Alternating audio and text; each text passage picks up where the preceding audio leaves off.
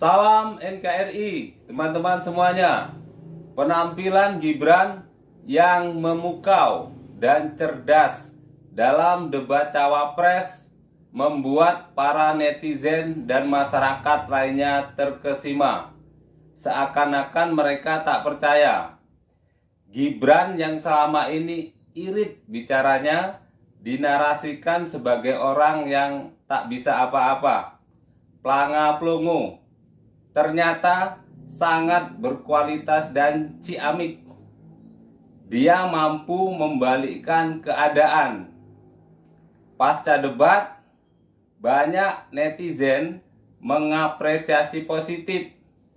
Dan bahkan dari kubu lawan pun, jubir muda Timnas Amin, Timnas Anies Imin, juga memuji penampilan Gibran tersebut.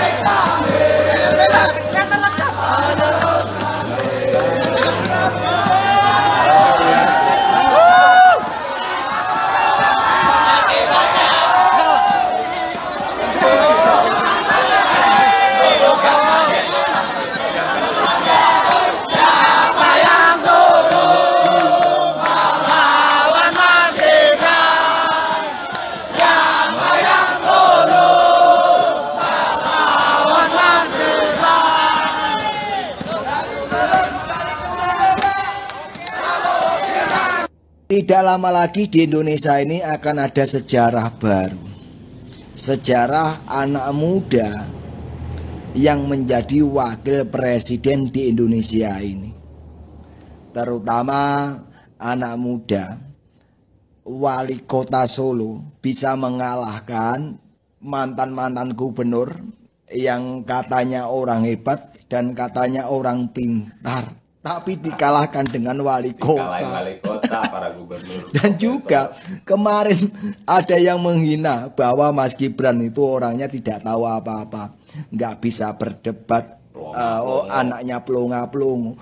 Tapi sewaktu debat kemarin, yang katanya Mahfud MD itu adalah profesor, Mohaimin itu adalah ketua umum partai, tapi debat dengan wali kota Solo itu kalah. Walaupun pengalamannya cuma 2 tahun, kalah. Kita sebagai masyarakat kecil bangga dengan kepintaran Mas Gibran untuk menjadi seorang pemimpin. Terima kasih Mas Gibran. Kami Akar Rumput akan selalu mendoakan Mas Gibran dan juga berdoa untuk kemenangan Mas Gibran. Amin. Kita nggak punya acara seperti ini sukses tanpa kehadiran pemimpin masa depan Mas Gibran. Baru tahu sekarang ternyata pendukung sebelah mengagumi debat cawapres Gibran. Mungkin banyak pertanyaan, apalagi dari pendukung 01, kok Gibran bisa maksudnya bisa bersuara gitu. Padahal kan biasanya irit ngomong ya. Iya, biasanya irit ngomong, tiba-tiba bisa ngomong leluasa. Jadi kan orang yang bisa kayak bilang, oh itu Gibran di sini ada itu, ada ini, ada itu kan. Itu adalah suatu. Kenapa Gibran itu menjadi bintangnya? Karena dia itu dianggap sama netizen sudah membalikkan plot twist gitu. Kenapa? Karena Gibran itu tiba-tiba muncul dengan sosok dia yang sangat baru gitu. Ya. Sosoknya dia yang 4 hal yang dianggap netizen itu sangat berbeda. Yang pertama adalah bagaimana Gibran bisa menyampaikan narasi yang sangat panjang. Ya. Di mana itu adalah satu hal yang sangat luar biasa, jarang sekali dilihat oleh netizen. Dan mungkin juga sebelumnya jarang tampil di forum publik gitu ya Mbak. Betul gitu. Kedua adalah artikulasi. Gibran memiliki satu artikulasi yang cukup bagus gitu ya di mata netizen gitu. Dan itu adalah beberapa hal yang ternyata Gibran itu cukup banyak cukup bisa juga ya gitu. Itu semua di luar ketika tekanan yang ditujukan kepada Gibran itu luar biasa, belimbing sayur, asam sulfat gitu. Ketiga, dia berani tampil dan meyakinkan. Selama ini kan kesannya dia sangat introvert, nggak banyak bicara gitu dan menguasai dalam tanda petik perekonomian. Oke, kalau misalnya Lalu, Pak Iskandar ini kayaknya agak berimbang ya, positif, netral, dan betul negatif. sekali.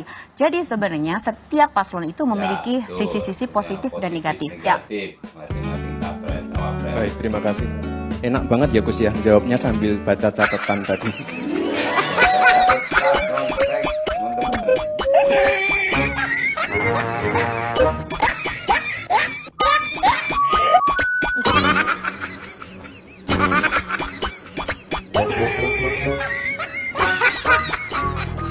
Bubuk tidak. Imin. Kuncinya di sini adalah ekstensifikasi dan intensifikasi lahan.